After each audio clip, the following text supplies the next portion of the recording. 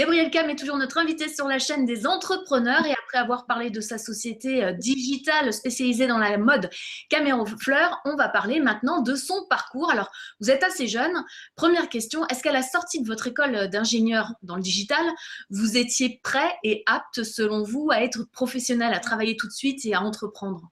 Oui, je me sentais prêt, mais en réalité, je l'étais pas du tout. Il y a une marche à passer pour entre les études et la professionnalisation.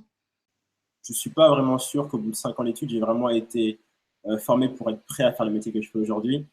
Ma première expérience en entreprise m'a beaucoup plus formé et m'a rendu beaucoup plus prêt, on va dire, au métier que je fais actuellement que 3, 4 ans d'études en école. Donc, le conseil qu'on peut donner aux entrepreneurs, aux gens qui sortent d'études et qui souhaitent se lancer, c'est peut-être de faire quand même un premier, soit un stage, soit une alternance, soit au moins une première expérience. Un stage, je pense que c'est le moyen assez idéal pour se faire une idée de comment on marche en entreprise et vraiment de voir un peu ce que c'est de travailler dans une boîte et essayer de se projeter un peu plus.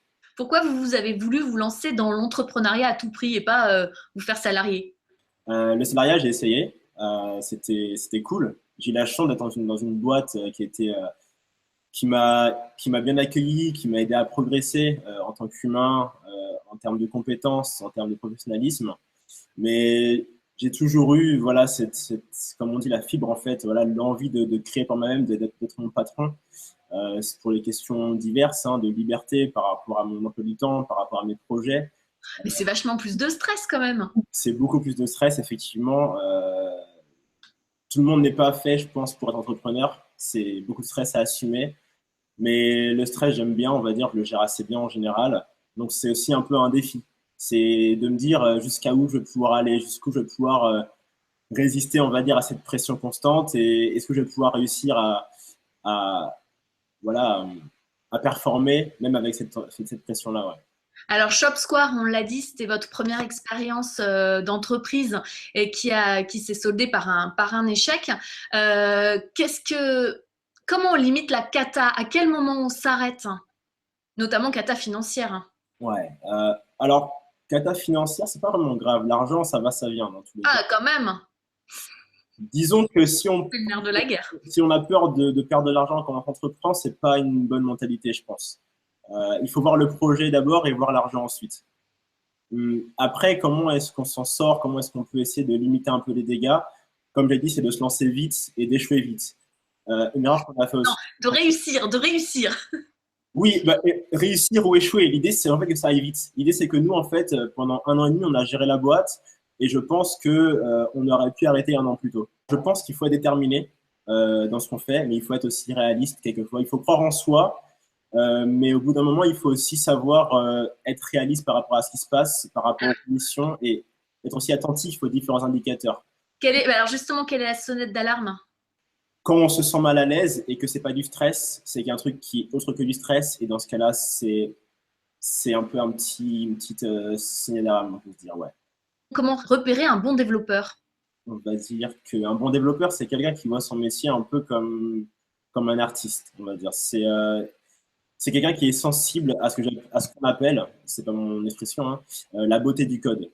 C'est-à-dire que c'est quelqu'un qui va être attentif à produire un code qui va être beau en termes d'esthétique et aussi en termes de fonctionnalité. C'est pas quelque chose qui va coûter cher, ça? On sent déjà les dollars s'afficher là. Alors, effectivement, quand on est un employeur, on peut penser que ça coûte cher de recruter un développeur qui est effectivement conscient de ces choses-là, mais on va dire que ça coûte moins cher sur le long terme, dans le sens où l'argent qu'on économise en prenant un développeur de bas niveau, euh, toutes les Tôt ou heures, tard, on le paye. ouais, en fait, les heures qu'il va faire, ça va créer une dette technique qu'il va falloir payer plus tard, en fait. Donc, je préfère la payer en sachant combien je paye, jour par jour, plutôt que de devoir, dans 2 ans, devoir remonter toute mon infra parce qu'un dev au début a fait des bêtises. J'ai peut-être une colle pour vous. Il y a quand même beaucoup d'entrepreneurs qui se lancent avec très très peu de budget et qui ne peuvent pas forcément se payer une communication digitale que vous offrez. Alors la question, c'est WordPress ou pas WordPress? WordPress, c'est un formidable outil. Encore une fois, l'outil, je sais pas si ça dit l'outil fait pas le moine, mais je vais dire ça veut rien dire, mais disons que l'outil qu'on utilise, ça va pas vraiment dépendre de nos résultats. Dans le sens où WordPress, c'est un système qui peut être manipulé de manière magnifique. C'est assez simple. assez simple, premièrement, d'utilisation, effectivement. Tout le monde peut s'en servir, hein, de WordPress, de vraiment s'auto-former là-dessus.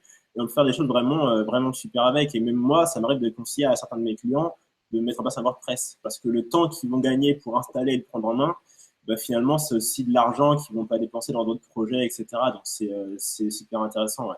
Donc, vous recommandez WordPress. Deuxième question, je sais que vous avez fait une levée de fonds, 450 000 euros pour votre société. Quelles sont les clés de la réussite d'une levée de fonds? Les conseils, c'est que l'argent se trouve là où on s'y attend pas en général. C'est-à-dire, dites-nous où. Pour Top Square, nous, en fait, au début, on a essayé de contacter déjà au début les proches, donc les amis et la famille, les réseaux, les cousins, les oncles, et on a envoyé des tonnes de mails. Faut pas avoir peur d'envoyer des tonnes de mails. Les gens, quand ils vous connaissent, c'est pas du spam, ça embête pas de recevoir un mail au temps, c'est pas très très grave. Il faut pas. On se sent un peu obligé, c'est un peu délicat. Ça dépend comment on le formule. On va dire qu'on peut le formuler de manière, voilà, à présenter un projet. Et l'idée, c'est aussi de montrer à la personne qui va éventuellement investir, lui montrer l'intérêt qu'elle va avoir en investissant chez nous. Le fait, notamment, de nous supporter financièrement et moralement dans notre projet. Et il y a aussi pas mal d'avantages aussi fiscaux qu'on investit, qui sont en général, qui vont en général faire, voilà, être une grosse force en fait, de décision par rapport à ça. Donc, il ne faut pas avoir peur d'aller contacter les gens, y aller au culot. Et encore une fois, l'argent se trouve là, on s'y attend pas. Donc, dans le milieu proche, c'est ça en fait ce que vous nous Les dites. proches, les cousins, la famille, les amis de collège, de lycée, etc. Et on s'est dit, mais on va recevoir peut-être 2, 3 réponses qui ne donneront rien.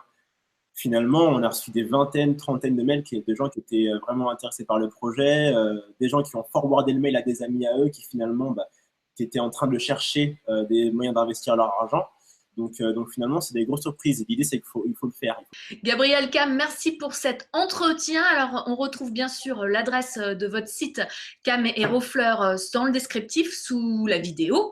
Et puis moi, je vous invite à faire deux choses, à vous abonner à la chaîne des entrepreneurs. Première chose, ça vous permettra de recevoir toutes les vidéos que l'on réalise. Et puis deuxième chose, si vous voulez être dans ces vidéos, eh bien, je vous invite à contacter Mathieu Maréchal, SFC Invest, pour éventuellement parler de votre activité. À très vite tout le monde.